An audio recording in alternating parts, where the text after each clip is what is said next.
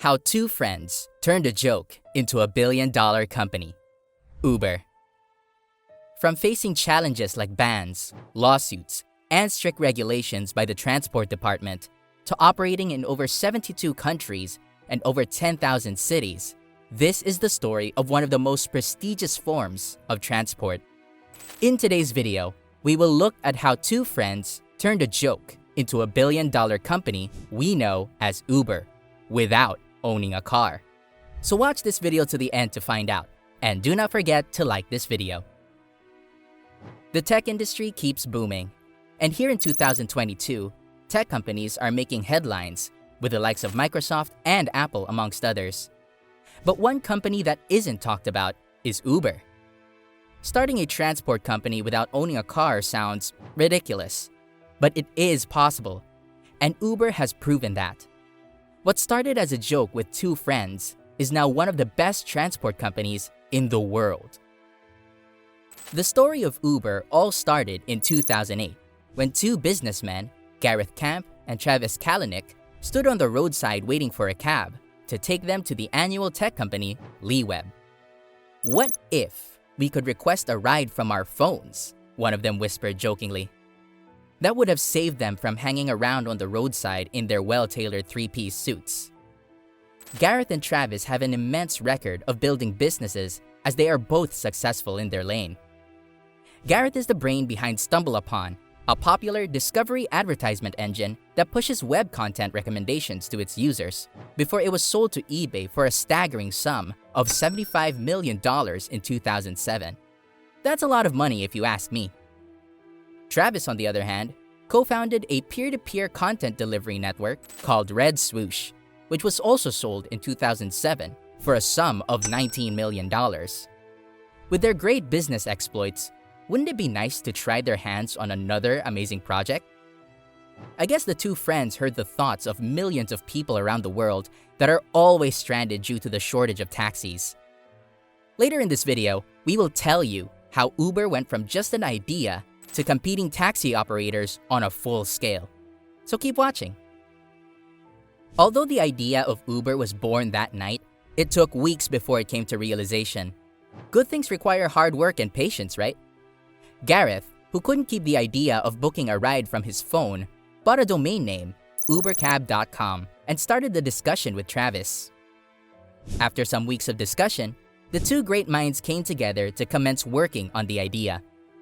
Due to their vast business experience, Uber turned into a reality, and the concept of transportation never remained the same after that.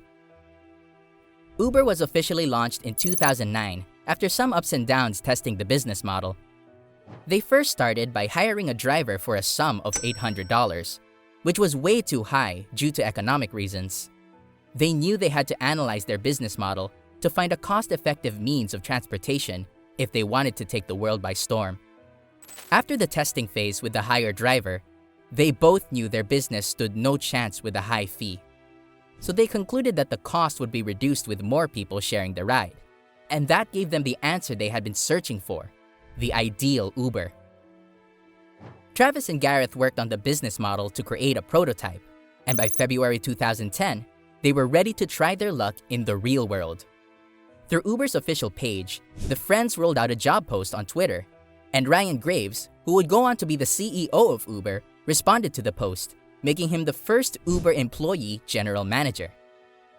Developing Uber to compete with regular taxis in America is a bumpy ride.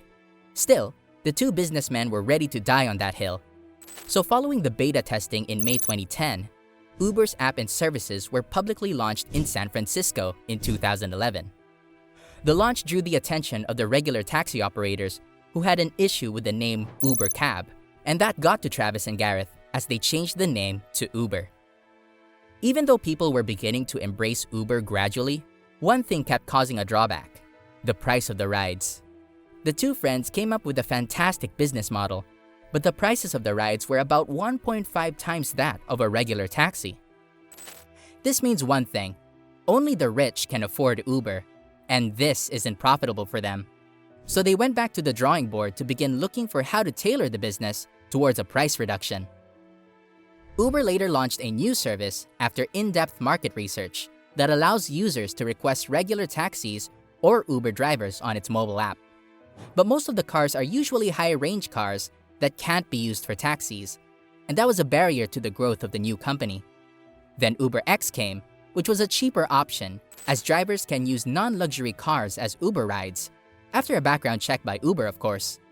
How would you feel if the latest Lamborghini or Rolls-Royce Phantom was used for Uber? You can imagine the expenses. The development of UberX was all Uber needed to take the spotlight from the regular taxi operators. It was accepted into various markets, and within 5 years of operation, Uber moved its operations into 35 cities, making the company win Tech Company of the Year in 2013. Wait a minute. This is not everything. Later in the video, we will show you how Gareth and Travis turned Uber into a billion-dollar company. Uber wasn't done yet. In 2014, due to the booming digital space and producers reaching out to consumers to boost sales, Uber Eats was launched as a perfect food delivery service. Uber Eats, an online food ordering and delivery platform where meals are delivered by couriers using cars, scooters, bikes, or any means the delivery man can afford, is now operating in over 3,000 cities worldwide. After the success of UberX and Uber Eats, Uber has partnered with several bodies to bring products to consumers, rather than consumers queuing for products at the stores. In May 2022, Uber formed a partnership with Italy's largest taxi dispatcher called It Taxi. The partnership led to Uber adding over 12,000 drivers, operating in over 80 cities to the company. All these are the tip of the iceberg, as Uber plans to join the greener ecosystem trend. Uber announced in September 2022 that its fleet of cars in countries and regions like Europe, Japan, South Korea, the United States, and Canada will be 100% all-electric vehicles by 2030 due to climate change. This means all Uber drivers that still have fossil fuel cars will be forced to embrace electric vehicles or stop driving for Uber. The plan for a greener and healthier ecosystem is a serious one, as Uber's strong initiative to become 100% carbon net zero worldwide by 2040 due to climate change is being discussed at length. Since its launch, Uber has been transporting over 10,000 people daily on average. Even though it offers one of the best services around the world, the company has been subjected to several lawsuits, criticisms, and even scandals. Some cases are serious to the extent that the services of Uber have been banned in some countries. But above all, the emergence of Uber in the business sector is surprising. Coming from behind to outshine several other businesses isn't for everyone. But Gareth and Travis did the impossible, and today, their dream company is worth billions of dollars, serving millions of people in over 72 countries.